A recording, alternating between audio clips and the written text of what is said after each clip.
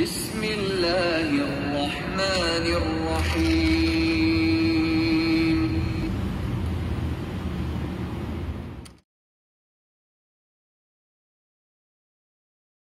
الحمد لله لا إله إلا الله وحده لا شريك له وأشهد أن محمدا عبده ورسوله اللهم صل على محمد وعلى آل محمد كما صليت على إبراهيم وعلى آل إبراهيم إنك حميد مجيد اللهم بارك على محمد وعلى آل محمد كما باركت على إبراهيم وعلى آل إبراهيم إنك حميد مجيد أعوذ بالله من الشيطان الرجيم بسم الله الرحمن الرحيم والعصر إن الإنسان لفي خسر إلا الذين آمنوا وعملوا الصالحات وتواصوا بالحق وتواصوا بالصبر. ஏகனாகிய அல்லாஹுவை போற்றி புகழ்ந்தவனாக, அவனால் எடுத்தறியப்பட்ட சைத்தான்களிலிருந்து பாதுகாவல் தேடியவனாக, அந்த ஏகனுடைய நல்லொருள் நமது முஸ்தபா ரசூலை கரீம் ஸல்லல்லாஹு அலைஹி வஸல்லம் அவர்கள் மீது, அவர்கள் விட்டு சென்ற இஸ்லாத்தை தன் உயிர் கொடுத்து காத்த சத்திய சகாபாக்கள், தாபீன்கள், தபோ தாபீன்கள், நல்லதை எடுத்துச் சொன்ன இமாம்கள் மீதும், குறிப்பாக இங்கே கூடி அமர்ந்திருக்கின்ற நம் அனைவர் மீதும் உண்டாவதாக. அன்புக்கினிய சகோதர சகோதரிகளே, அல்லாஹுடைய மாபெரும் அருளால் 6 நோன்புகளை முடித்து விட்டவர்களாக 7வது நோம்பினுடைய தொடக்கத்திலே நாம் எல்லாம் அமர்ந்திருக்கிறோம். எல்லா புகழும் எல்லா புகழ்ச்சியும் அல்லாஹ் ஒருவனுக்கே. அல்ஹம்துலில்லாஹி ரப்பில் ஆலமீன். அந்த ஏகனுடைய வற்றா பெருங்கருணையும் நல்லருளும் அமைதியும் சமாதானமும் உங்கள் மீதும், உங்கள் குடும்பத்தார் மீதும், உற்றார் உறவினர்கள் மீதும், மனைவி மக்கள் மீதும், அனைவர் மீதும் என்றென்றும் நின்றுள்ளவட்டுமாக. அஸ்ஸலாமு அலைக்கும் வரஹ்மத்துல்லாஹி வபரகாத்துஹு. அன்புக்குரியவர்களே, நாம் தொடர்ந்து பார்த்து வருகின்ற இரத்த சரித்திரம், இந்த ரமலானிலே பாலஸ்தீன வரலாற்றை ஒருமுகப்படுத்தி பார்த்து கொண்டிருக்கிறோம். முழுமையாக என்று சொல்ல முடியாவிட்டாலும் முடிந்த அளவுக்கு அதிலே ஒவ்வொரு கூறுகளாக எடுத்துக்கொண்டு, முஸ்லீம் அல்லாத நம்மளுடைய தொப்புள் கொடி உறவுகள் என்ன கூறிலே இந்த பாலஸ்தீன வரலாற்றை அவர்கள் தொடர்ந்து பார்க்கிறார்கள். பாலஸ்தீனம் என்பதனுடைய பார்வை அவர்களுக்கு எப்படி இருந்து கொண்டிருக்கிறது, நம் மத்தியிலே அவர்களுடைய பார்வை எப்படி இருந்து கொண்டிருக்கிறது என்பதையெல்லாம் நாம் பார்த்து வருகின்ற போது, நேற்று நான் உங்களுக்கு சொல்லி காமித்தேன், இது முழுக்க வெளி மக்களுடைய பார்வையை கொண்டு வந்து சேர்ப்பித்து விட்டோம். இஸ்லாமும் பாலஸ்தீனமும் பிரிக்க முடியாத ஒரு சக்தி. அந்த பாலஸ்தீனத்தினுடைய வரலாற்றினுடைய பல பக்கங்கள் இருக்கிறது. அதிலே பல பக்கங்களிலே முதன்மையான சில பக்கங்களை நாம் பார்க்க வேண்டியதிருக்கிறது. அப்படி நான் தேடிய போது எனக்கு பல வருடங்களுக்கு முன்பு கிடைத்த ஒரு நூல், அப்படி என்று தான் நான் சொல்ல வேண்டும். ஏனென்றால் பேராசிரியர் பெருந்தகை எம்ஐ ஜவாஹிர்லா சாஹிப் அவர்கள் எழுதிய பாலஸ்தீன வரலாறு என்ற வரலாற்று பார்வை, அந்த வரலாற்று பார்வையிலே அவர்கள் சுலைமான் நபி முதல் சலாஹுதீன் ஐயூபி வரை என்ற அந்த தொடருக்கு தலைப்பை அப்படித்தான் இட்டிருக்கிறார்கள். பாலஸ்தீன வரலாறில் சுலைமான் நபியில் இருந்து ஆரம்பித்து இதில் கடைசியாக சலாஹுதீன் ஐயூபி வரையிலும், அதாவது அதுக்கு அப்புறம் பல நூற்றாண்டுகள் கடந்திருக்கிறோம். சலாஹுதீன் ஐயூபிக்கு பின்னாடி இந்த சமுதாயத்தை தட்டி எழுப்புகின்ற, நேர்வழிப்படுத்துகின்ற, நமக்கு உரம்பூட்டுகின்ற ஒரு தலைமைத்துவம் வரவில்லை என்று தான் சொல்ல வேண்டும். ஏனென்றால் அந்த வீர போராட்டம் என்பது அவருடைய காலத்திலே முட்டுப்பட்டு விட்டதோ என்று எண்ண தோன்றுகின்ற அளவுக்குத்தான் வரலாற்றினுடைய பக்கங்கள் இருந்து கொண்டிருக்கிறது. அதை முழுமையாக தன்னால் முடிந்த அளவு எடுத்து எழுதியிருக்கிறார்கள். அதனுடைய பின்னணியை பற்றி சொல்கின்ற போது, இந்த நூலுடைய பின்னணி எப்படிப்பட்டது அப்படிங்கிறத சொல்றதுக்கு முன்னாடி, இந்த நூலை பற்றி துக்ளக்குடைய ஆசிரியர் ஷோ அவர்கள் இந்த நூலுக்கு, அந்த நூலினுடைய ஆய்வை மிக சிலாகித்து அவருடைய துக்ளக் பத்திரிகையில் எழுதியதை அப்படியே கோடிட்டு காட்டியிருக்கிறார்கள். இந்த நூலை பற்றி அவர் சொல்றார். இந்த நூலின் ஆசிரியர் பாலஸ்தீனத்தினுடைய தொடக்க காலம் முதல், பாலஸ்தீனத்தினுடைய தொடக்க காலம் முதல் 13ஆம் நூற்றாண்டிற்கு வரையிலான, அதாவது 13ஆம் நூற்றாண்டு வரையிலான வரலாற்றை எளிமையாக எடுத்துரைத்துள்ளார். 11ஆம் நூற்றாண்டில் தோன்றிய சிலுவை யுத்தங்கள், 11ஆம் நூற்றாண்டில் சிலுவை யுத்தங்கள் தொடங்கியது. அந்த சிலுவை யுத்தங்களை பற்றிலாம் நம்ம பார்க்க வேண்டியது இருக்குது. ஏன் சிலுவை யுத்தம், அந்த சிலுவை யுத்தத்தின் காரணமாக நடந்தது என்ன, அதனுடைய பின்னணி என்ன, அதில் யாரெல்லாம் பின்னணியில் இருந்தார்கள், உலக நாட்டினுடைய அனைத்து கூறுகளிலும் பின்னணியில் எப்படியெல்லாம் நாம் தள்ளப்பட்டோம், அந்த மோசமான யுத்தம் நடந்ததே அதை பற்றி சொல்கின்ற போது சொல்கிறார், 11ஆம் நூற்றாண்டில் தோன்றிய சிலுவை யுத்தங்கள் 13ஆம் நூற்றாண்டிலே முடிவுக்கு வந்த விவரம். இதில் எகிப்திய அதிபர் சலாஹுதீனுடைய வீர தீரமிக்க பங்களிப்புகள் என்று பல்வேறு வரலாற்று செய்திகள் புள்ளி விவரங்களுடன் விறுவிறுப்பான ஒரு நாவலை போன்று விறுவிறுப்பான ஒரு வரலாறு நூல். அந்த வரலாற்று நூலை விறுவிறுப்பாக படிக்க வைப்பது என்பது சாதாரணமான விஷயம் அல்ல. ஒரு வரலாற்று நூலை ஒரு நாவலை போன்று அழகாக அற்புதமாக வடிவமைத்திருக்கிறார் என்று ரொம்ப சிறப்புற்று சொல்லியிருக்கிறார். துக்ளக்கினுடைய வார இதழில், அதாவது புத்தக விமர்சனம் என்ற தலைப்பில் 11ஆம் தேதி 3வது மாதம் 2015 இது எழுதியிருக்கிறார். அவர் இறந்து போயிட்டார், அது வேற. ஆனால் சோவை பற்றி இந்த நேரத்தில் நானும் சில விஷயங்கள் சொல்ல வேண்டியது இருக்கிறது. அதனால் எல்லாருமே நம்ம சோவை பற்றி நம்ம நினைத்திருப்பதெல்லாம் ஒரு RSS சித்தாந்தவாதி. உண்மையிலே எப்பவுமே கண்ணால் பார்ப்பதும் போய், காதால் கேட்பதும் போய், தீர விசாரிப்பது தான் மெய். அப்படி அவரோடு கொஞ்சம் அந்த கடைசி அவர் இறக்கின்ற காலத்திற்கு முன்பு அவரோடு ஒரு நெருக்கத்தை ஏற்படுத்துவதற்கான வாய்ப்பு ஒரு பத்திரிகை ஆசிரியர் மூலியமாக கிடைத்தது. அப்படி கிடைக்கின்ற போது, அவரை நேரடியாக பார்த்து பேசுகின்ற வாய்ப்பு கிடைக்கின்ற போது, திருமறை குரானை ஆஸ்பத்திரியில், அப்போலோ ஆஸ்பத்திரியில் அட்மிட்டடு, யாரையுமே அலோவ் பண்ண மாட்டேங்கிறாங்க பார்க்குறதுக்கு. அந்த நேரம் ஜெயலலிதா அம்மையார் அப்போ அவரை அலோவ்டு கொடுத்துருக்காங்க. நாங்கள் போய் வெயிட்டிங்கில் இருக்கோம். அவங்களுடைய மகளார் சொல்கிறாங்க, கொஞ்சம் வெயிட் பண்ணுங்க, நான் எப்படின்னு பார்க்குறேன், என் தந்தை அனுமதி கொடுத்தாங்கன்னா கண்டிப்பாக நான் அவங்கள அழைச்சி செல்கிறேன் அப்படிங்கிறாங்க. சரி, நம்ம நோயாளியை பார்க்க போகிறோம். அப்போது தந்தை அவருடைய அனுமதி தானே முக்கியமானது. நான் காத்திருக்கிறேன், நானும் முகமது முனீர் நம்மளுடைய துணை தலைவர் அவர்களும் காத்திருக்கிறோம். ஒரு அரை மணி நேரம் சென்றிருக்கும். அவங்க மகளார் சிரிச்சுக்கிட்டே வந்தாங்க. என்னமோ தெரியலைங்க, நீங்கள் வர்றீங்கன்னு ஒன்று இந்த மாதிரி சொன்னேன், முஸ்லீம் இயக்கத்தை சார்ந்தவர்கள் வந்திருக்கிறார்கள் அப்படின்னு உங்கள் பேரை சொன்னேன், வாங்க வர சொல்லுங்க அப்படின்ட்டாங்க. ஒன்று நான் ஒரு குரான் கொடுக்கணுமே அப்படின்னேன். இல்லை, தாராளமாக கொடுங்க, தாராளமாக கொடுங்க. அந்த குரான் கொடுத்த காட்சி நெகிழ்வாக இருக்கிறது.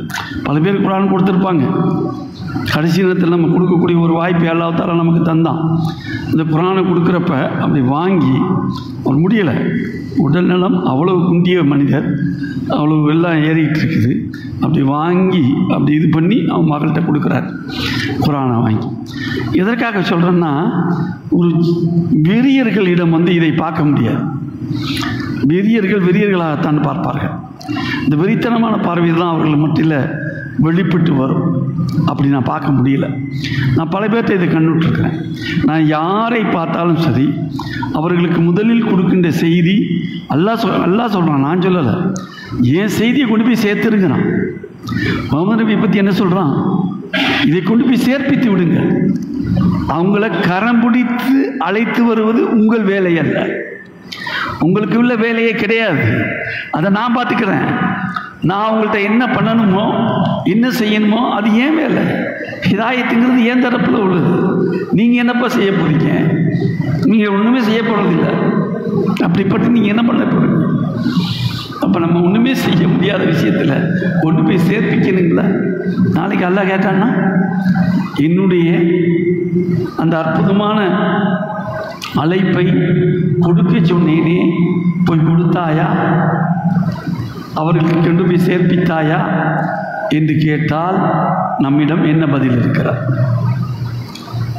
சேர்ப்பித்தவுடன் அவர் வாங்கிட்டு, நான் கொஞ்சம் குனிஞ்சி நான் உங்கள் தலையில் கை வச்சு அவருக்காக நான் துவா செய்யலாமான்னு கேட்டேன்.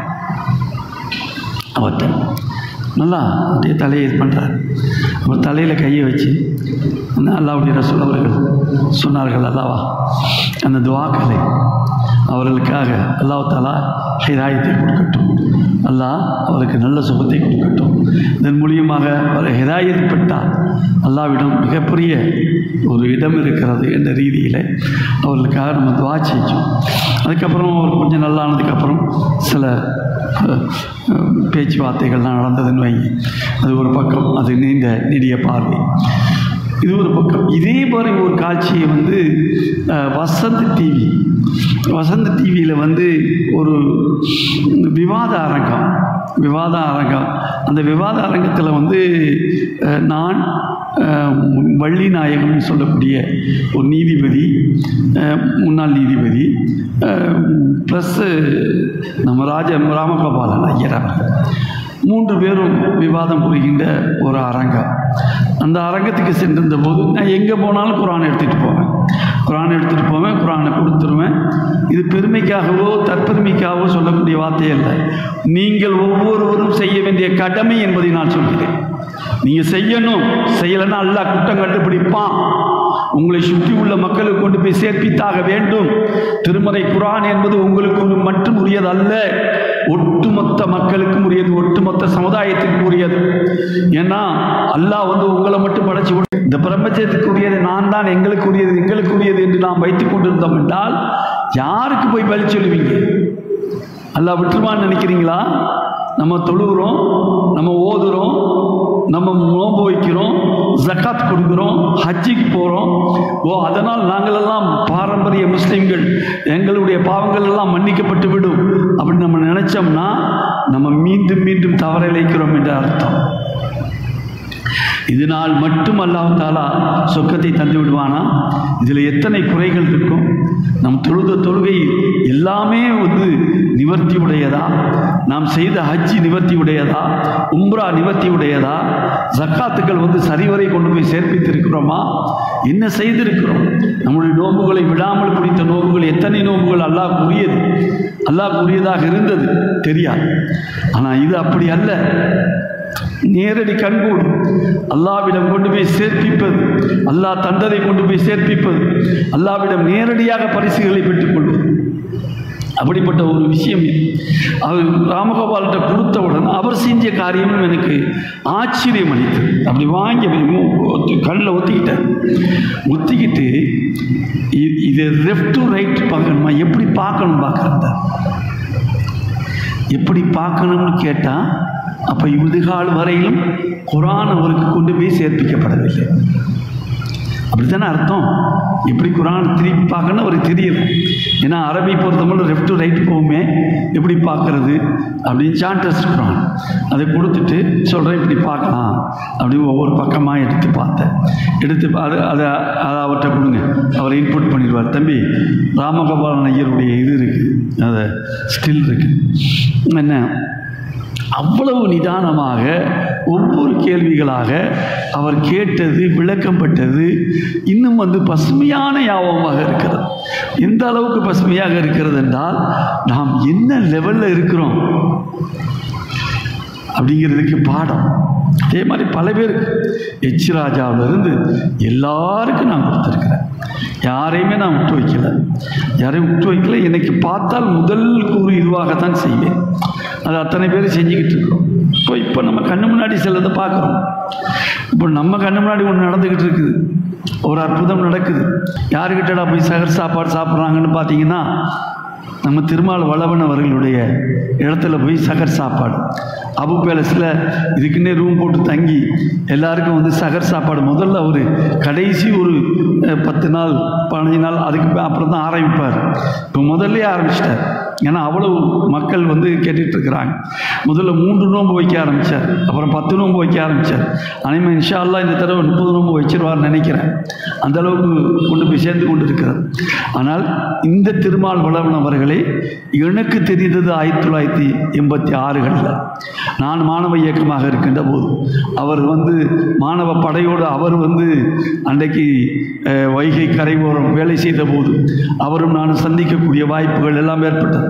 அதற்கு பின்பு காலேஜ் ரோட்டில் மிகப்பெரிய ஒரு கருத்தரங்கத்தை ஏற்பாடு செய்தோம். கருத்தரங்கத்திலே பல தலைவர்களை கூப்பிட்டு அப்துல்லா அடியார்லேருந்து குடிக்கால் ஷேக் அப்துல்லா மாமா சாச்சா வரையிலும் எல்லாரையும் அழைத்து அங்கே பேசி, அதில் இவரும் ஒரு பேச்சாளராக வந்தார். வந்தபோது அவர் சொன்ன வார்த்தைகள் இன்னும் இரும்படி போல் இருக்கிறது எனக்கு. இந்த வார்த்தைகள் ஒவ்வொருத்தருக்கும் ஒவ்வொரு மதம் பிடிக்கும். இப்போ கூட மீனாட்சிபுரத்துக்கு ஆய்வு செய்துவிட்டு அந்த ஆய்வு கட்டுரையை இந்திய தௌஹீத் ஜமாத் மூலியமாக சமர்ப்பித்த போது கூட நம்ம அண்ணா நகரில் அல் ஹைத்தம் என்று சொல்லக்கூடிய ஹோட்டலில் வச்சு, ஜாவித் அவர்களுடைய ஹோட்டலில் வச்சு அதை சப்மிட் பண்ண சொன்னோம். அதில் அவர் சப்மிட் பண்ணார். அப்போ கூட அவளை பற்றி சொல்கின்ற போது அவளிடம் நேரடியாகவே சொன்னேன். எனக்கு இன்னும் ஞாபகம் இருக்கிறது, திருமால் உழவன் அவர்களே, எனக்கு ஒரு மதம் பிடிக்கும். எல்லாருக்கும் ஒவ்வொரு மதம் பிடிக்கும். சிலருக்கு கிறித்துவம் பிடிக்கும், சிலருக்கு இந்துத்துவம் பிடிக்கும், சிலருக்கு பௌத்தம் பிடிக்கும், சீக்கியம் பிடிக்கும், சமணம் பிடிக்கும், எல்லாம் பிடிக்கும். எனக்கும் ஒரு மதம் பிடிக்கும். அது என்ன மதம் தெரியுமா? யானைக்கு பிடிக்கின்ற மதம். யானைக்கு என்ன மதம் பிடிக்குன்னா, மதம் மதம் கொண்டுருச்சுன்னா யானை பாகனையை தூக்கி போட்டு மீச்சு இல்லையா, அந்த மதம் பிடிக்கும் சொன்னார். அப்படி சொன்ன அந்த திருமாவளவனிடம்தான் சத்தியம் இன்றைக்கு ஊடுருவி சொல்லி கொண்டிருக்கிறது. அப்படிப்பட்ட திருமாவளவன் அவர்கள் தான். இஸ்லாத்தை பற்றி தெரியாத தலைவர்கள் உண்டா? இஸ்லாத்தினுடைய முதுகில் ஏறிக்கொண்டுதான் திராவிடத்தை வளர்த்தார்கள். மிகையாகாது. திராவிடம் அன்றைக்கு கோலோச்ச முடிஞ்சதா? அன்றைக்கு எதிர்த்து நிற்கணும்னா, மேடை போடணும்னா, முஸ்லீம்கள் மீலாது நபி விழா மேடைகள் தான் அன்றைக்கு திராவிடம் பேசுவதற்கு உதவியது. திராவிடம் என்று பேசினார்களே, அத்தனை திராவிடம். அது பெரியாராகட்டும், அண்ணா துரையாகட்டும், கலைஞர் கருணாநிதியாகட்டும், இவர்களெல்லாம் திராவிடம் பேசுவதற்கு, வீரமணி ஆகட்டும், இவர்களெல்லாம் திராவிடம் பேசுவதற்கு எது உதவியது என்றால் முழுக்க முழுக்க முழுக்க முழுக்க முழுக்க முழுக்க மீலாது நபி விழா மேடைகள் உதவியது. எதற்காக இதை சொல்கிறேன் என்றால், நீங்களாம் மீலாது நபி விழா கொண்டாட மாட்டீங்களே. மீலாது நபி விழா என்பது வேறு, சீரத்து நபி விழா என்பது வேறு. ஒரு நபியினுடைய வரலாற்றை தெரிந்து கொள்ளலாம், தவறு கிடையாது. அவருக்கு அவர் பேசாத, அவர் சொல்லாத, எப்படி என்னை புகழக்கூடாது என்று சொன்னார்களோ அப்படியெல்லாம் புகழுவதைத்தான் நம்ம தப்புன்னு சொல்றோம். என்னையும் நீங்கள் ஈசாவினுடைய மகன், அதாவது மரியமினுடைய மகன் ஈசாவை போல் ஆக்கிவிடாதீர்கள் என்று சொன்னார்கள். வரம்பு மீறி புகழ்ந்துடாதீங்கன்னா அதைத்தான் நம்ம தப்புன்னு சொல்லுவோம். மற்றபடி மற்றதை நம்ம தப்புன்னு சொல்ல மாட்டோம். எதுக்காக நான் இதை சொல்கிறேன் என்றால், ஒவ்வொரு விஷயம் நாம் நுணுக்கமாக பார்க்க வேண்டியது இருக்கிறது. அவ்வளவு நுணுக்கம் மிகுந்த இந்த இஸ்லாம் சத்தியம் எல்லோரும் மத்தியிலும் போய் சேர்ப்பிக்கப்பட்டு விட்டதா? அண்ணாத்தரை நோன்பு வைக்கலைங்க, கலைஞர் நோன்பு வச்சது கிடையாது. ஆனால் அண்ணாத்தரைக்கும் கலைஞருக்கும் தெரியாத இஸ்லாமா? ஒய் கோபாலசாமி அவர்களுக்கு தெரியாத இஸ்லாமா? ஒய் கோபாலசாமி அவர்கள் அந்த துண்டை போட்டுக்கொண்டு இஸ்லாத்தை பற்றி பேசுவதாக இருந்தால் மணிக்கணக்கிலே பேசுவாரே, அவர் பேசாத இஸ்லாமா? சம்பத் பேசாத இஸ்லாமா? யார் பேசாத இஸ்லாம்? ஆனால் அவர்களிடம் நோன்பு வைக்க வேண்டிய எண்ணம் வந்ததா? நோன்பு இருக்கணுங்கிற எண்ணம் வந்துச்சா? இதில் சத்தியம் இருக்கிறது, உண்மை இருக்கிறது, நேர்மை இருக்கிறது. மீனாட்சிபுரம் 1980 நடந்த மீனாட்சிபுரத்தை பற்றி ஆய்வு செய்ய வேண்டும் என்ற எண்ணம் கலைஞர் கருணாநிதி ஆட்சியில் வந்ததா? எதிர்த்து கேட்பதற்கு யாராவது இருந்தார்களா? இல்லையே. ஏன் இல்லை? ஒருமித்த தலைமை நம்மள்கிட்ட கிடையாது. நம்மளை வழிநடத்தக்கூடிய தலைமை கிடையாது. நம்மளை ஒருங்கிணைத்து அரசியல் ரீதியாகவும் ஆன்மீக ரீதியாகவும் என்றால் இஸ்லாத்தை பொறுத்த மாத்திரத்திலே ஆன்மீகம் வேறு, இஸ்லாம் வேறு என்பது கிடையாது. அரசியல் வேறு, ஆன்மீக வேறு என்பது இஸ்லாத்தில் கிடையாது. ரெண்டு ஒன்று. அல்லாஹ்வுடைய ரசூலுடைய களத்தை பார்க்கிறோம். மைதே நபவி, நீங்கள் காசாவில் ஆரம்பிப்பது சரியாக இருக்கிறது, ஆனால் ஏன் மதீனாவில் கொண்டு போய் சேர்க்கின்றீர்கள் என்று கேட்டார்கள். மதீனா இல்லாமல் காசா இல்லை. காசாவை நீங்கள் பேச வேண்டும் என்றால், பாலஸ்தீனத்தை பேச வேண்டும் என்றால், அந்த முஹம்மது நபி ஸல்லல்லாஹு அலைஹி வஸல்லம் போட்டு கொடுத்த அந்த அடித்தளம் வேண்டும். அந்த அடித்தளம் இல்லாமல் இதை பேச முடியாது, இதை சொல்ல முடியாது. பார்வை வேறுபட்டு போய்விடும். அல்லாஹ்வுடைய ரசூல் அவர்கள் எப்படி காமித்து தந்தார்களோ அந்த பார்வை சீர்பட்ட பார்வையாக இருக்க வேண்டும். அந்த சீர்பட்ட பார்வையை நாம் பார்க்கவில்லை என்றால் எங்கிருந்து பார்வை வரும்?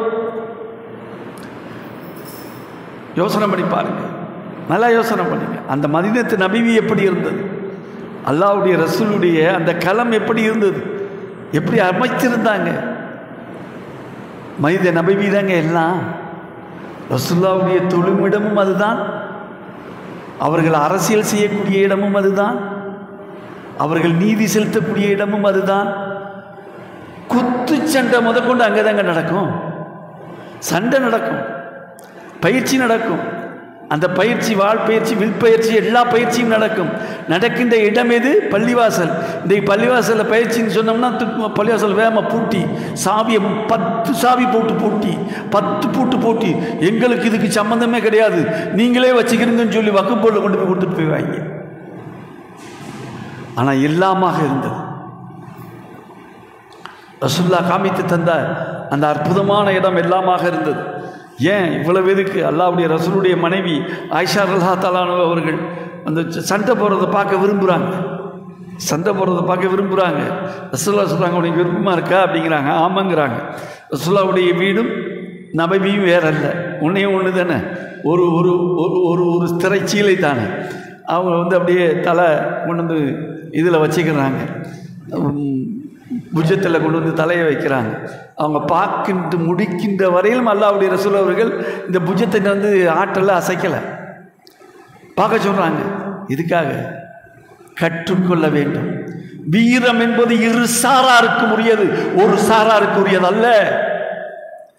நம்ம இன்னும் கட்டுப்பட்டிகளாக வைக்கிறோம் பெண்களை. பெண்கள் என்பவர்கள் சமைத்து போடுவதற்கு மட்டுமல்ல, பிள்ளை பெற்றுக் கொள்வதற்கு மட்டுமல்ல, அத்தனையும் பெற்றெடுப்பதற்கு, வீரமிக்க மக்களை உருவாக்குவதற்கு. வீரமிக்க மக்கள் உருவாக்கப்பட வேண்டும் என்றால் அவர்களுக்கு வீரம் வேண்டும், வீரம் வித்திடப்பட வேண்டும், அவர்களிடம் வீர வரலாறு சொல்லப்பட வேண்டும். வீரம் மிக்கவர்களாக அவர்களை உருவாக்கினா தானுங்க பிள்ளைகளை உருவாக்குவாங்க. பிள்ளைகள் எப்படி உருவாக்கி இருக்கு இன்றைக்கு? எத்தனை பேர் செல்போன்ல வச்சு தடவிக்கிட்டு இருக்கிறானே, எத்தனை பேர் நல்லதை பார்க்கிறான் சொல்லுங்க? நன்மையான காரியங்களை பார்க்கக்கூடியவர்கள் எத்தனை பேர் இருக்கிறார்கள்? எத்தனை பேர் வந்து முழுக்க முழுக்க வந்து இஸ்லாமிய வரலாற்றை பார்த்துக்கிட்டு இருக்கிறான், ஹதீஸுகளை பார்த்துக்கிட்டு இருக்கிறான், ஆன்மீக சொற்பொழிவுகளை பார்த்துக்கிட்டு இருக்கான். அற்புதமாக இருக்கிறது. உலக அளவில் அவ்வளவு சொற்பொழிவுகளும் எதில் கிடக்குதுன்னா முழுக்க வலைதளங்களில் தான் கொட்டி கிடக்கிறது.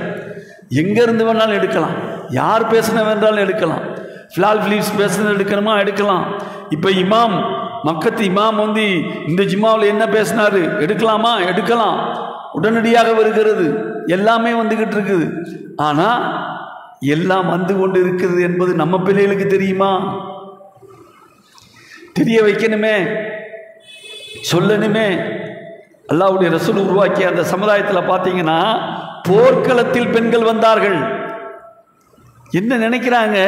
ரசூலுல்லாஹ் அப்படியே புர்காவை போட்டு அப்படியே பொத்தி கருப்பு கருப்பாக்கி அப்படியே வீட்டிலேயே கொண்டு போய் அடைச்சி அடைச்சி அடைச்சி வச்சுட்டாங்க அப்படின்னு மேலை நாட்டுக்காரன் சொல்றானே, அதுக்கு நம்மளும் துணை போறோமே. பத்ரிலையும் உஹதிலையும் அந்த இஸ்லாமிய பெண்மணிகள் கண்ட களங்கள் எத்தனை! ஹுனைன் போர்ல நேரடியாக உம்மு குல்தும் உள்ளே நுழைந்தார்களே, வாளை தூக்கி கொண்டு உள்ளே நுழைந்தார்கள் எத்தனை! அல்லாஹ்வுடைய ரசூல் மீது வெட்டுப்பட்டு விடக்கூடாது என்று சுற்றி சுற்றி வந்தார்களே, தங்கள் புஜங்களிலே வெட்டு வாங்கினார்களே, ரத்தம் சிந்தினார்களே, அந்த வீர பெண்மணிகளை பற்றி எத்தனை பேருக்கு தெரியும்? சொல்லிக் கொடுக்கலையே. ஏன் இவ்வளவு ஆவேசப்படுறோம் நினைச்சிடாதீங்க. நம்ம செய்யலையே, நம்ம செய்யலையே. நாளைக்கு குற்றவாளிகள் இல்லையா? நம்ம நின்றக்கூடாதே. அடுத்த சமுதாயம் இன்னும் உருவாகி வரணுமேங்க. நம்மளை இன்னும் சுற்றி எத்தனையோ சதி நடக்குதுங்க, என்னென்னமோ நடக்குது, சுற்றி சுற்றி நடக்குது. நம்ம ஒரே ஒரு சிஏஏ என்னன்னு ஒன்றை பார்த்துக்கிட்டு இருக்கிறோம். 1000 நடக்கிறது. இங்கே நடக்கலாம் சிஏஏ இதெல்லாம். இந்த தமிழ்நாடு ஸ்ட்ராங்காக இருக்கிறவர்கள் இங்கே உள்ள நுழைய முடியாத நிலைமை ஏற்பட்டு விடும். ஆனால் உலகத்திலே அப்படி அல்ல. கங்கணம் கட்டிக்கொண்டு இறங்கி நிற்கிறார்கள். எப்படியாவது அழிக்கலாம், எப்படியாவது வீழ்த்தி விடலாம். ஆனால் ஒவ்வொரு தடவையும் இவர்கள் வீழ்த்த நினைக்க இஸ்லாம் வளர்ந்து உடைத்து கொண்டு பல்லாயிரம் பல லட்சம் கோடிகளாக வளர்ந்து கொண்டே வருகிறது என்பதுதான் வரலாற்று பெருமையாக இருக்கிறது. அல்லாஹ் ஐயீபை பற்றி சொன்னதிலிருந்து நமக்கு கிடைத்த சின்ன தகவல். சரி, அதுக்கப்புறம் பேராசிரியருடைய அந்த புத்தகத்தினுடைய சில பக்கங்களை நான் பெரட்ட ஆரம்பித்தேன். பேராசிரியரை பொறுத்த மாத்திரத்தில் பார்த்தீங்கன்னா, அவர் ஆக்சுவலாக வந்து எம்பிஏ அவர் முழுக்க வந்து என்ன சொல்வது, கார்ப்பரேட் தெரியும். அதே போல் அவருக்கு வந்து கணக்கு வழக்குகளை தெரியும், அந்த மாதிரி இதுகளை தெரியுமே தவிர அவர் வரலாற்று பேராசிரியர் அல்ல, வரலாற்றுக்கு சொந்தக்காரரும் அல்ல. ஆனால் வரலாற்று தெரிந்த பேராசிரியர், பல வரலாற்றுகளை உள்வாங்கிய பேராசிரியர். அந்த வரலாற்று பேராசிரியராக இருக்கின்ற காரணத்தினால்தான் இந்த வரலாறு எழுத முடிந்திருக்கிறது. அவர் ஏன் எப்படி இந்த பாபரி இந்த பிரச்சனையை நான் எங்கேருந்து எழுத ஆரம்பித்தேன், ஏன் இதில் நான் போனேங்கிறதுக்கு ஒரு சின்ன வரலாற்று பின்னணியை சொல்கிறார். அந்த பின்னணியில் நம்மளும் சேர்ந்துருக்கிறோம். அந்த நடந்த காலகட்டத்தில், அதாவது பாபரி மஸ்ஜித் இடிக்கப்பட்ட வேலை அது 1992. அந்த 92, 93களில் பார்த்தீங்கன்னா கொழுந்து விட்டு எரிஞ்சிக்கிட்டு இருந்துச்சு. தமிழகத்தை பொறுத்த மாத்திரத்தில் எங்கேயும் போராட்டங்கள் கிடையாது, ஆர்ப்பாட்டங்கள் கிடையாது, எதுவும் கிடையாது. அந்த ஆர்ப்பாட்டங்கள் போராட்டங்கள் எல்லாம் எடுத்து சென்றது இந்திய மாணவ இஸ்லாமிய இயக்கம் என்று சொல்லக்கூடிய சிமி. அன்றைய பிரசிடெண்ட் அவர். அதுக்கப்புறம் வந்தது நான் பிரசிடெண்ட்டாக வந்து இருக்கிறேன். அதுக்கப்புறம் பிரசிடெண்ட் அது ஷோவை பார்த்து தான் கொடுங்க. அதாவது வந்து நாம் எல்லாம் பார்த்தது எல்லாத்தையுமே வந்து நிம்மதியாக சில விஷயங்களை நாம் பார்க்க வேண்டியதாக இருக்கிறது. அதில் சொல்கிறப்ப நான் வந்து அதை பற்றி ஒரு பெரிய தமிழகம் முழுவதும் எல்லா கேடர்ஸ்லையும் கூட்டி, அன்றைக்கு தஞ்சாவூரில் இருக்கின்ற அல் இஸ்லாம் மெட்ரிகுலேஷன் ஸ்கூல், ஷுகோர்னோ அவர்கள் வந்து சேர்மன். அப்போ அவங்க உருவாக்கின ஸ்கூல் அது. அந்த ஸ்கூலில் வந்து எங்களுக்கு பயிற்சி முகாம் நடந்து கொண்டிருக்கிறது. அந்த பயிற்சி முகாம்னா வேறு மாதிரி நினச்சிடாதீங்க. அந்த வில்வித்தை, வாழ்வித்தை, அந்த வித்தை இந்த வித்தை எல்லாம் இல்லை. பயிற்சின்னா ஆன்மீக பயிற்சி நடக்குது. என்னடா இது இவ்வளோ இழந்துட்டுருக்குறோம், என்னென்னலாம் இந்த பாபரி மசூதி இடிப்புக்கு அப்புறம் நமக்கு கிடைத்திருக்கக்கூடிய படிப்பினைகள் என்ன, பாபரி மசூதி வந்து எந்த அளவுக்கு அப்போ தானே இடிச்சிருக்கான்னா முற்றிலும் நீங்கிடல. இடித்தவன் கூட தலை குனிந்து நின்றார்கள். இடித்தவர்கள் கூட தப்பு செஞ்சிட்டோண்டான்னு தலை குனிஞ்சு நின்றான். இதுவரையிலும் இந்த நாட்டினுடைய பிரதமர் நாற்காலியில் நரசிம்ம ராவ் என்ற ஒரு நல்லவர் சிரிப்பழகன் உட்காண்டிருந்தாயா. அந்த ஆள் இருக்கிற வரையிலும் அந்த மாதிரி ஆளை காணோம். டூமை உடைத்தார்கள், எரிந்தார்கள். 7 மணி வரையில் என்ன நடக்குதுன்னு தெரியல. இரவு 7 மணிக்கு வரல சங்கர்லால் சர்மா அப்போ வந்து ஜனாதிபதி அவர் கூட்டு வர சொல்லி அவரை பேச வைக்கின்ற போது தொலைக்காட்சியில், அன்றைக்கு இருக்கிற ஒரே தொலைக்காட்சி டிடி தான், அந்த தொலைக்காட்சியில் பேச வைக்கின்ற போது இந்த ஆள் சொன்ன வாக்குறுதி என்ன தெரியுமா? எந்த இடத்தில் உடைத்தார்களோ அந்த இடத்தில் கட்டித்தருவோம் என்றார்கள். அன்றைக்கு நடந்தது காங்கிரஸ் ஆட்சியினுடைய பிரதமர் இவர். கட்டித்தந்தார்களா? இதை கட்டப்பட்டு இருக்கிறதா? கட்டிட்டீங்களா? அட பாவிகளா, இருந்தையும் இழந்துட்டுலே இருக்கிறோம், ஒன்றும் இல்லாமல் நிற்கிறோமே. ஏங்க பதில் ஒன்று தான், நம்ம சத்தியம் இல்லை, நம்மகிட்ட உண்மை இல்லை.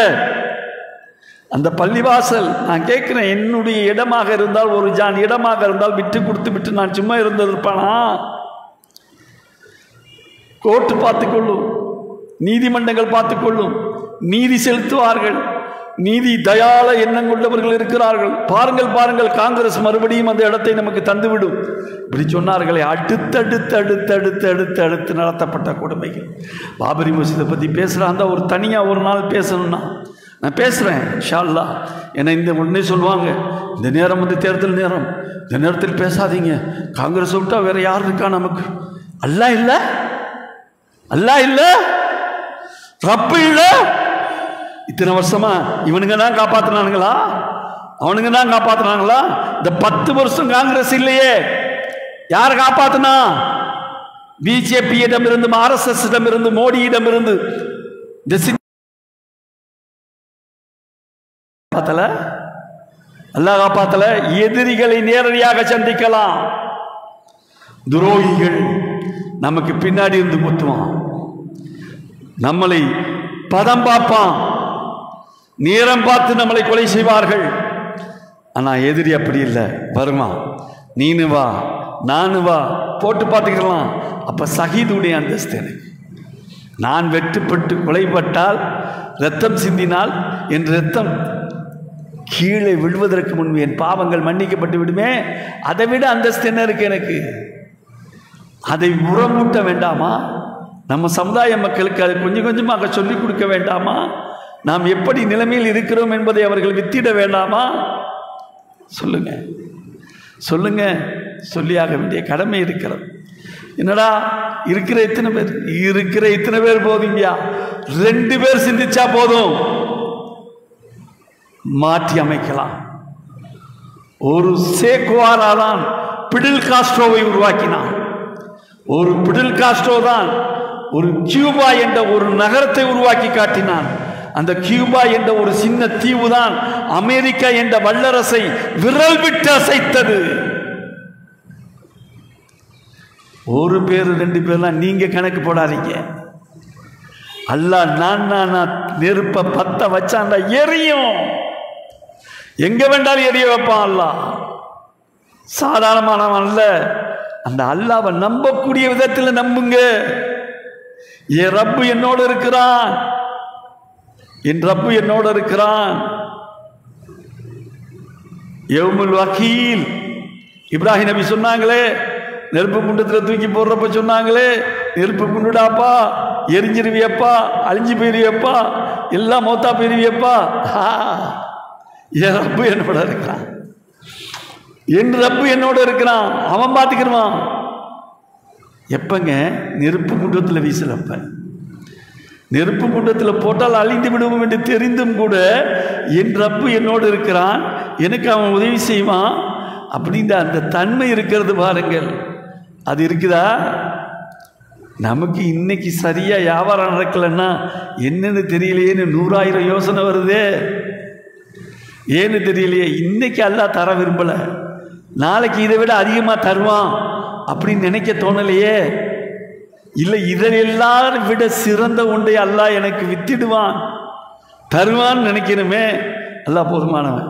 அந்த வரலாற்று பின்னணியில் பார்க்குறப்போ அவர் அந்த இதையெல்லாம் பற்றி எங்களுக்கு பாடம் எடுத்து கொண்டு இருக்கின்ற போது, அந்த தஞ்சாவூரில் நடக்கிறப்போ அதில் மிக முக்கியமான சகோதரர், மூத்த சகோதரர், சிம்மினுடைய மூத்த பல சகோதரர்கள், எத்தனையோ சகோதரர்கள் இருக்கிறார்கள். டாக்டர் கேவிஎஸ் ஹபீப் அகமது அவர்கள் எங்களையெல்லாம் உருவாக்கியவர்கள், குலாமன்னன் அவர்கள் எங்களையெல்லாம் உருவாக்கியவர்கள், முத்தானவர்கள், சொத்து, அந்த மாதிரி நிறைய பேர் மில்லி கவுன்சிலுடைய நம்மளுடைய எவர்கள் இருந்து அத்தனை பேரையுமே நம்ம சொல்லிக்கொண்டே செல்லலாம். அவ்வளோ பேர் இருக்கிறாங்க. அப்படிப்பட்டவர்களை ஒருத்தர் நம்முடைய மன்சூர் அவர்கள், நீடூர் மன்சூர் என்று சொல்லுவோம். ஆனால் ரொம்ப சிந்தனைவாதி, செயல்திறன் கொண்டவர். அவர் மூத்த தலைவர். அவர் ஜவாஹர்லாட்ட சொல்கிறார், ஜவாஹர்லா, இந்த நேரம், இந்த பாபரி பள்ளிவாசல் உடைக்கப்பட்ட இந்த நேரம் இருக்கிறது, இந்த நேரத்தில் சில வரலாற்று பார்வையை நாம் பார்க்க வேண்டியது இருக்கிறது. அதிலும் குறிப்பாக அவர் சொல்றார், பைத்துல் முகத்தீஸுடைய வரலாற்றை நம் மக்களுக்கு சொல்ல வேண்டிய தருணம் இது. ஏனால் இரண்டும் ஒன்றுதான், இரண்டும் ஒன்றுதாங்கிறார். அங்கே பைத்துல் முகத்தீஸ் என்று சொல்லக்கூடிய உலக அளவிலே ஒரு பள்ளிவாசலை இழந்து தவித்துக் கொண்டிருக்கிறோம். இங்கே பாபரி பள்ளிவாசல் என்ற ஒன்றை இந்தியாவிலே இழந்து துடித்துக் கொண்டிருக்கிறோம். துடிச்சிக்கிட்டு இருக்கிற நேரம். அப்போ இன்னும் முடியல. அப்போ ரூஹு ஓடுது, கொஞ்சம் ஓடிக்கிட்டு இருக்கு. அப்போ தான் இடித்து போட்டிருக்கான். அந்த நேரத்தில் இதை பற்றி சிந்திக்க வேண்டிய சிந்தனை நமக்கு இருக்கிறதே, சிந்திக்க வேண்டியமே என்று அவர் சொன்ன மாத்திரத்திலே, அவர் சொன்னது பைத்துல் முகத்தீஸுடைய வரலாற்றை நீங்கள் படிப்பது அவசியம் சொல்லிட்டு சொல்கிறாரு. குறிப்பாக அபுல் ஹசன் அலி நதவி அவர்கள் எழுதிய இஸ்லாமிய உணர்வுகளின் தலகர்த்தாக்கள் என்ற நான் தமிழில் சொல்கிறேன், தலகர்த்தாக்கள் என்ற பத்திரிகையை அந்த நூலை வந்து எழுதியிருக்கிறார்கள். அந்த நூல் ஆங்கில அறிவு ரொம்ப புலமை அதிகம் ஜவாஹிர்லா சாப் அவர்களுக்கு, ஆங்கில புத்தகம் அது. அதை வந்து நீங்கள் வரலாற்றை படித்து இது பண்ணுங்க அப்படின்னு படித்து எங்களுக்கு 2 நாள் கிளாஸ் எடுக்கிறார். அதை பற்றி கிளாஸ் எடுக்கிறார். பைத்துல் மக்தீஸினுடைய வரலாற்றை பற்றி எங்களுக்கு அப்படியே சீரிய முகத்தில் எடுக்கிறார். அப்படியே கொண்டு வந்து ஒவ்வொன்றா நிப்பாட்டுறாரு. பைத்துல் மக்தீஸ்னா என்ன என்ன என்ன என்ன என்ன என்ன என்ன என்னங்கிற கேள்விக்கு வந்து பதிலை கொண்டு வந்து நிப்பாட்டுகிறார். ஒவ்வொரு ஒன்றாக அப்படியே பார்த்துக்கிட்டே வருவார். அப்படி பார்க்குறப்ப அவருக்கு ஏற்பட்ட அந்த இழப்பு இருக்கு பாருங்க. அவர் சொல்றாரு, நான் ஒரு ஆய்வு நிலைக்கு தள்ளப்பட்டேன், ஒரு ஆய்வு நிலைக்கு தள்ளப்பட்டேன். சுப்ஹானல்லாஹ், இவ்வளவு இருக்கிறதா, இவ்வளவையும் சொல்ல வேண்டியது இருக்கிறதா, அது என் மீது சுமத்தப்பட்டிருக்கிறதா என்று பரிதவித்தேன். ஆய்வுக்கு உள்ளானேன். ஆய்வு செய்ய செய்ய செய்ய செய்ய செய்ய செய்ய செய்ய அன்னைக்கு 96 ஆரம்பித்த ஆய்வு 2004 தான் முட்டுப்பட்டது. 2004 1996 96, அதாவது 96 ஆய்வு செய்ய ஆரம்பிக்கிறார். பேசுறது 92 பேசுகிறார். ஆய்வு செய்ய ஆரம்பிக்கிறது, அதை புரட்ட ஆரம்பிக்கிறது 96. 2004 தான் முடிவடைகிறது. அந்த புத்தகம்தான் பாலஸ்தீன வரலாறு முதல் பாகம், சுலைமான் நபி முதல் சலாஹுதீன் அய்யூபி வரை அப்படிங்கிற அந்த முதல் கட்டம் தான் தொகுத்திருக்கார். நம்மளும் தொகுக்கலை. ஃபார் ஒரு இஸ்லாமிய அந்த காலகட்டத்தில் ஒரு இஸ்லாமிய ஒரு தலைவனுடைய ஒரு பார்வை என்ற ரீதியில் அதை தொகுத்திருக்கிறார். இன்ஷா அல்லாஹ் படிப்படியாக இதை பார்க்க போகிறோம். படிப்படியாக ஒவ்வொரு கட்டமாக அவர் எப்படி அதை அணுகுகிறார், எப்படி பார்க்கிறார், அந்த படிப்பினையை நமக்கு எப்படி சொல்கிறார், எப்படி வந்து கொண்டு வந்து தர்றாருங்கிறத நம்ம பார்க்க போகிறோம். இன்னைக்கு அல்லாஹ்வுடைய கிருபையில் அட் ப்ரெசன்ட் நியூஸ் ஒன்று, அற்புதமான ஒரு செய்தி ஒன்று வந்திருக்கிறது. அந்த செய்திகள் எல்லாம் வந்து ஏன்னா தினச்செய்திகளும் உங்களுக்கு நான் தர வேண்டிய கடமை எனக்கு இருக்கிறது. அதில் பார்த்திங்கன்னா இஸ்ரேல் ஹமாஸ் பேச்சு இன்றைக்கு மீண்டும் தொடங்கி இருக்கிறது. அல்லாஹ்வுடைய மாபெரும் கிருபையினால் இன்றைக்கு, அதாவது அன்றைக்கு என்று சொல்வது ஞாயிற்றுக்கிழமை தொடங்கி இருக்கிறது மீண்டும். அதாவது எகிப்தினுடைய அதிகாரிகள் வந்து இதை அஃபீஷியலாக அறிவிச்சிருக்கிறார்கள். காசாவுடைய போர் நிறுத்தம் மேற்கொள்வது, பிணை கைதிகளை விடுவிப்பது தொடர்பான இஸ்ரேலுக்கும் ஹமாஸுக்கும் இடையிலான தடைபட்டு உள்ள பேச்சுவார்த்தை மீண்டும் தொடங்கி இருக்கிறது என்று சொல்லியிருக்கிறார்கள். அல்லாஹ்வுக்கு மிகப்பெரிய நன்றியை சொல்ல வேண்டும். அதே மாதிரி காசா பகுதியில் முதல் முறையாக சைப்ரஸிலிருந்து வந்த உணவு கப்பல், அந்த உணவு கப்பலை மற்ற அந்த ஹூதிகளுடைய கப்பல் அவங்களுடைய கட்டுப்பாடில் தானே கடல் பகுதியே இருக்குது, அவங்க கொண்டு போய் சேர்க்குறாங்க. அதில் ஹமாஸுடைய எல்லையில் கொண்டு போய் சேர்க்குறாங்க. அதை ஒரு படமாகவே அதை வெளியிட்டிருக்கிறார்கள். அந்த படம் வந்து பார்த்திங்கன்னா, இந்த படத்தை வந்து வெளியிட்டிருக்கிறாங்க. இந்த படத்தில் அவங்க சொல்லக்கூடிய செய்தி என்னவாக இருக்கிறதுனா, எப்படி ஒரு ஹூதி என்ற ஒரு சின்ன அமைப்புங்க, அது ஒரு சின்ன அமைப்பு, ஒரு அமைப்பு இவ்வளவு பிரம்மாண்டத்தை அவர்களால் செய்ய முடிகிறது என்றால் எப்படி முடிகிறது? அதை அடுத்து பாருங்க. இந்திய பெருங்கடலில் பகுதிகளிலும் நாங்கள் தாக்குதல் தொடுப்போம். ஏன் தொடுப்போம் தெரியுமா? நீங்கள் எங்களுக்கு தெரியாமல் இஸ்ரேலுக்கு உதவி செய்வதற்கு நீங்கள் ஆயுதங்களை அனுப்பினால் அந்த ஆயுதங்களை தகர்ப்போம் சொல்றான் பாருங்க. சொல்றான். இவர்கள் உண்மையிலே பழங்குடி மக்கள், அதை தெரிஞ்சுக்கிறங்க. இஸ்ரேல் வந்து இந்த ஹூதிகள் வந்து பழங்குடி மக்கள். இது குறித்து ஹூதியினுடைய பழங்குடி படையினுடைய தலைவர் அப்துல் மாலிக் அல் ஹூதி வெளியிட்ட அறிக்கையில் தான் சொல்றார், நீங்கள் இனிமேல் இதையெல்லாம் முயற்சி பண்ணினீங்க, ஆயுதம் கொடுத்து மறுபடி வளர்க்க நினைச்சிங்க, இஸ்ரேலுக்கு மட்டும் அடி விழாது, வரக்கூடிய கப்பலுக்கு அடி விழும். Be careful. இந்த எச்சரிக்கை மணியை அடித்திருக்கிறார்கள். அல்ஹம்துலில்லாஹ், போராட்டம் முடியாது, தொடரும் என்பதை சொல்லிக்கொண்டு இன்றைக்கு அல்லாஹ்வுடைய கிருபையில் நாம் வந்து 6 முடித்து 7 தொடக்கத்தில் இருக்கிறோம். இன்றைக்கி வந்து காசாவில் நேற்று இரவு வரையிலும் உள்ள உயிரிழப்பு 31,000 553. இன்னா லில்லாஹி வ இன்னா இலைஹி ராஜிஊன். அல்லாஹ் தஆலா அவங்களுடைய பாவங்களை மன்னிக்கட்டும், ஜன்னத்துல் ஃபிர்தௌஸை கொடுக்கட்டும், மாபெரும் சொர்க்கத்தை கொடுக்கட்டும், ஷஹீதுடைய அந்தஸ்தை கொடுக்கட்டும், ஷஹீதுடைய அந்தஸ்தை கொடுக்கட்டும், நிரந்தரமான வெற்றியை கொடுக்கட்டும். இன்ஷா அல்லாஹ் நம் கண் முன்னாடி அந்த வெற்றி நடைபெற வேண்டும் என்று துஆ செய்யுங்க. நம்ம கண்ணு முன்னாடி அந்த இடத்துல போய், அந்த பைத்துல் முகத்திஸில் போய் நீங்களும் நானும் தொழுகணும். நியத்து வைங்க, துஆக்கல்ல வைங்க. முடியும் முடியும். இன்னைக்கு கூட முந்தா நேற்று கூட நம்ம மத்தியில் அபூபக்கர் ரஷாதி அவர்கள் உரையாற்றினார்கள். அவங்க சாமானிய மக்களை கூப்பிட்டு போய் அந்த பைத்துல் முகத்திஸில் தொலை வச்சு கூப்பிட்டு வந்திருக்காங்க. அல்ஹம்துலில்லாஹ், நம்மளால் முடியும். அதற்கான துஆக்களை எடுத்து செல்லுங்கள் என்று கூறி உங்கள் மத்தியிலிருந்து விடைபெற்றுக் கொள்கிறோம். வாகை தாவானா அல்ஹம்துலில்லாஹி ரப்பில் ஆலமீன். அஸ்ஸலாமு அலைக்கும் வ ரஹ்மத்துல்லாஹி வ பரகாத்துஹு.